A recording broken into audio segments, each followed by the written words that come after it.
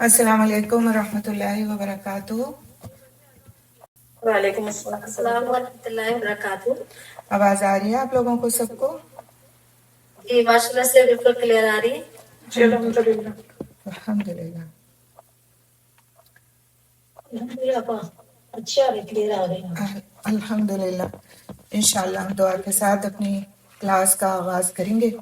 نحمدہ ونصلی علی رسولہ الکریم، اما بعد، فاعوذ باللہ من الشیطان الرجیم، بسم اللہ الرحمن الرحیم۔ رب اشرح لی صدری ویسر لی امری واحلل عقدۃ من لسانی یفقہوا قولی۔ ربنا زدنا علما، اللہم فقہنا فی الدین، ربی یسر ولا تعسر وتمم بالخیر۔ الحمدللہ ثم الحمدللہ، اللہ کی دی ہوئی توفیق سے آج ہم اللہ تعالیٰ کی بتائی ہوئی سب سے اہم عبادت یعنی نماز کے بارے میں اپنے علم کو مزید پختہ کرنے کے لیے بیٹھے ہیں، اور یہ صرف اللہ کی دی ہوئی توفیق ہے کہ ہم کو اپنی نمازوں کی فکر ہے، اس تحفے کی حفاظت کی فکر ہے جو ہمیں اللہ سبحانہ تعالیٰ نے آسمانوں پر عطا فرمایا۔ تو انشاءاللہ تعالیٰ آج ہم شرائط نماز کی دہرائی کریں گے۔ سب کو پتہ ہے شرائط نماز، لیکن ان کو ایک سیکوینس کے ساتھ ہم دیکھیں گے کہ نماز کی شرائط کیا ہیں۔ شرائط سے ہمارا مقصود کیا ہے، مراد کیا ہے، پہلے یہ ہم دیکھ لیتے ہیں۔ شرط کا لغوی معنی یعنی ڈکشنری معنی جو ہے وہ ہے علامت۔ علامت، کسی چیز کی علامت۔ اور اصطلاحاً شرط وہ ہے، اصطلاحاً یعنی کل میں نے آپ کو اصطلاحاً کا میننگ بھی بتایا تھا کہ اصطلاح میں یعنی کہ جو چیز مستعمل ہے کسی میننگ میں، خاص طور سے اصطلاحاً شرط وہ ہے جس کے نہ ہونے سے کسی چیز کا نہ ہونا لازم آئے، لیکن اس کے وجود سے کسی چیز کی موجودگی لازم نہ ہو۔ ڈیفینیشن پڑھ رہی ہوں، ایکسپلین کر دوں گی انشاءاللہ۔ شرائط نماز سے مراد وہ اشیاء ہیں جن کا حصول ممکن ہو تو ان کے بغیر نماز نہیں ہوتی، بلکہ ان میں سے ایک بھی مفقود ہو تو نماز صحیح نہیں ہوتی۔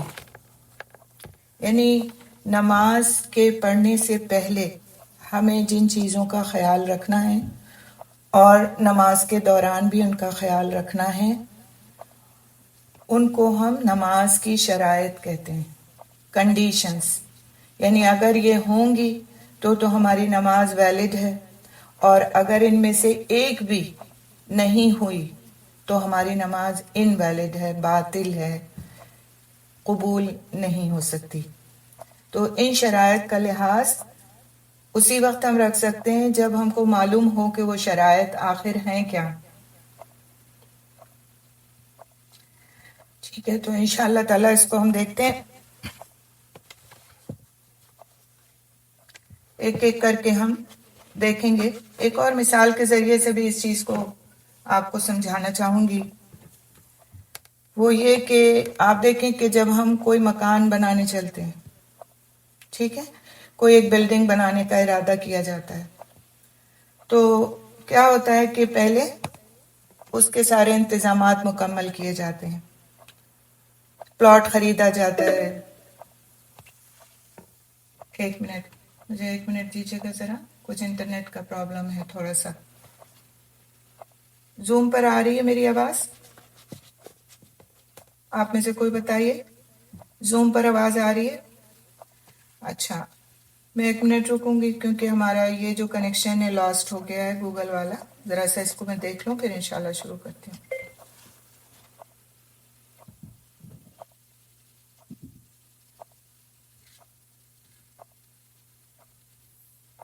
آپ لوگ نہ بولیں کہ آپ آواز نہیں آ رہی ہے یا کوئی بھی پرابلم ہے، پلیز آپ لوگ سے ریکویسٹ ہے، ہماری جو ہوسٹ ہیں وہ ان کو بتائیں گی جو بھی انفارمیشن ہوگی، جو بھی پرابلم ہوگی، ٹھیک ہے۔ آپ سبھی لوگ اپنا مائک اور کیمرہ ایک دم بند کر دیں، استغفار پڑھیں، درود شریف پڑھیں تاکہ ہمارے لیے آسانی ہو۔